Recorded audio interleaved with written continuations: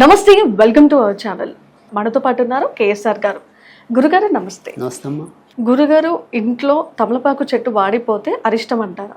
అది అంటే ఏదైనప్పటికీ కూడా ఇంట్లో ఈ తమలపాకు వాడిపోవటం అనుకోండి, లేదా తులసి వాడిపోవటం, ఇలాంటివి ఏదైనా సరే అంటే మన పెద్దోళ్ళు పూర్వీకులు అయితే కనుక వాడిపోయింది అనే పదాన్ని కానీ చనిపోయింది అనే పదాన్ని కాకుండా నిద్రించామని, మా ఇంట్లో తులసి నిద్రించింది, మా ఇంట్లో మంచిగా పెరిగిన తమలపాకు చెట్టు నిద్రించింది అని అంటే వాడటం కానీ ఇలా నిద్రించిందన్న అసలు పదం అనేది అవి చనిపోయాయని, అంటే వాడిపోయింది అని కూడా అంటుంటారు కదా. మామూలుగా తులసి చెట్టు వాడిపోయింది లేదంటే అంటే అది అసలు ఇప్పుడు మనం అంటున్నాం, కానీ అసలు సంప్రదాయం తెలిసిన వాళ్ళు కానీ మన పూర్వీకులు కానీ ఇప్పటికీ కూడా మీరు పల్లె ఏదైనా సరే చిన్న చిన్న బోళ్ళ వాళ్ళందరూ కూడా డైరెక్ట్గా వాడిపోయిందని కానీ చనిపోయింది కానీ అనరు. సో నిద్రించింది అంటారు. సో అలా కొన్ని కొన్ని పదాలు ఇప్పుడు హఠాత్తుగా మాల తెగిపోయినా కూడా వాళ్ళు వాడే పదాలు వేరుంటాయి. సో అంటే డైరెక్ట్గా వీళ్ళు నెగిటివ్ చెప్పరు.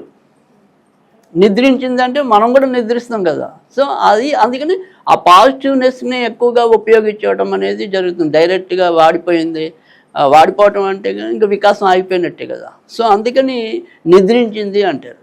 సో ఆ రకంగా ఉంటాం. అయితే ఇది చెడుకి సంకేతమా లేదా మంచికి సంకేతమా అనేది కనుక చూసుకున్నట్టయితే కనుక సాధారణంగా ఎప్పుడైనా సరే బాగా మంచిగా పెరిగినది ఏదైతే చెట్టు ఉందో అది హఠాత్తుగా కనుక వాడిపోతే లేదా నిద్రించిందే ఖచ్చితంగా ఇంట్లో ఎవరికొకరికి త్వరలో కొంత అనారోగ్యం ఉండే అవకాశం ఉంది. అలా కాకుండా మనం కొత్తగా చెట్టు తీసుకొచ్చాం,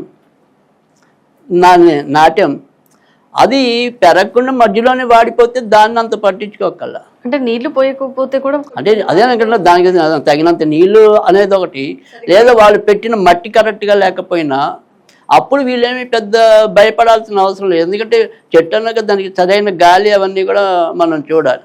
సో దానికి అన్ని సౌకర్యాలు ఉన్నప్పటికీ ఆ తర్వాత ఎంతో కొంత చక్కగానే ఎదుగుతున్నది, అప్పుడు ఈ రకంగా వాడిపోతేనే దానికి ఏదైనా సరే చెడు అనేది. అంతే తప్ప అన్నిటికీ ఉత్తిపుణ్యాన్న మనం మరీ మనసు పాటు చేసుకోవాల్సిన అవసరం కానీ అనుమానంతో మరింత కుంగిపోవటం కానీ అవసరం లేదు. సో ఖచ్చితంగా ఏదైనా సరే చాలా మనం ఇప్పటికీ మనకి ఏదైనా సరే ఒక చెట్టు అంత మనిషి కూలిపోతే మనం బాధపడుతూ ఉంటాం కదా. సో అది చెట్టైనా అంతే, ఇంకోటైనా అంతే. అలా కాకుండా అది మొగ్గలో మరి ఏమంటే మొలకెత్తుతున్న కొత్తలోనే అది వాడిపోయింది అంటే కనుక ఏదో ఒక ప్రాబ్లం ఉంటుంది. సో మనం దానికోసం అయితే కనుక మరీ అంత బెంగ పడక్కర్లేదు. తిరిగి దాని స్థానంలో మరొక మొక్క తెచ్చుకుని పెంచుకోవటం అనేది లేదు. మాకు ఎవరిని ఇంకా మీరు ఎంత చెప్పినా కానీ మా భయం మాకు ఉందండి అలా వాడితే అని ఏదైనా సరే అనుకుంటే కనుక ఖచ్చితంగా లక్ష్మీదేవి దగ్గర ఒక 3 సోమవారాలు నేతితో దీపం పెట్టి, అమ్మ ఏదైనా సరే దానివల్ల వచ్చే చెడు ఏదైనా ఉంటే ఆ చెడుని తొలగించాను మనసులో అనుకుని అలా 3 సోమవారాలు లక్ష్మీదేవి దగ్గర నేతితో దీపం పెడితే అన్ని బాధలు తొలుగుతాయి. గురుగారు, వాడిపోయిన చెట్టుకి నీళ్ళు పోస్తే మళ్ళీ వెలవెలబోతూ ఇలా మంచిగా కనిపిస్తూ ఉంటాయి కొన్ని చెట్లు, అంటే వాటిని కూడా నిద్రించాయి అని పరంగా తీసుకోవచ్చా లేకపోతే ఎలా అంటే సాధారణంగా మనకి ఎప్పుడైనా సరే అది ఏదైనా సరే వాడిపోయిన చెట్టు అప్పుడప్పుడు కొన్ని అవి అంటే మొండి చెట్లు ఉంటాయి. అంటే కొన్ని వేలతో సహా పెడితేనే బతికే మొక్కలు కొన్ని ఉంటాయి. కేవలం కొమ్మ తీసుకొచ్చి పెట్టినా కూడా బతికే మొక్కలు కొన్ని ఉంటాయి. సో కొన్ని సందర్భాల్లో ఏంటంటే వాడిన మొక్క కూడా మళ్ళీ చిగురించే అవకాశాలు అయితే లేకపోలేదు, చిగురించడానికి అవకాశాలు ఉన్నాయి బాగానే. అందుకే ప్రతి వాడిపోయిన మొక్క కూడా పూర్తిగా అది ఇంకా పనికిరాదు అని చెప్పడానికి కూడా కొన్ని సందర్భాల్లో ఉండకపోవచ్చు. సో వాడిన మొక్క మళ్ళీ చిగురించే పరిస్థితి కూడా తలెత్తడానికి అయితే అవకాశం అయితే కనుక ఉంది. అయితే తమలపాకులు అన్ని వాతావరణాల్లో బాగా పెరగదు అది.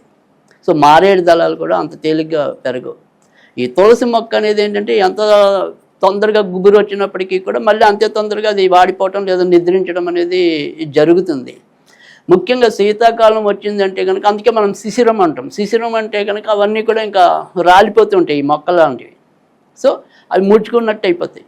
అందుకని అలాంటి శీతాకాలంలో ఈ మొక్కలు సాధారణంగా కొంత ఇలా వాడిపోవటం కానీ నిద్రించే పరిస్థితి కానీ మరింత ఎక్కువగా ఉండటం అనేది అయితే ఉంటుంది.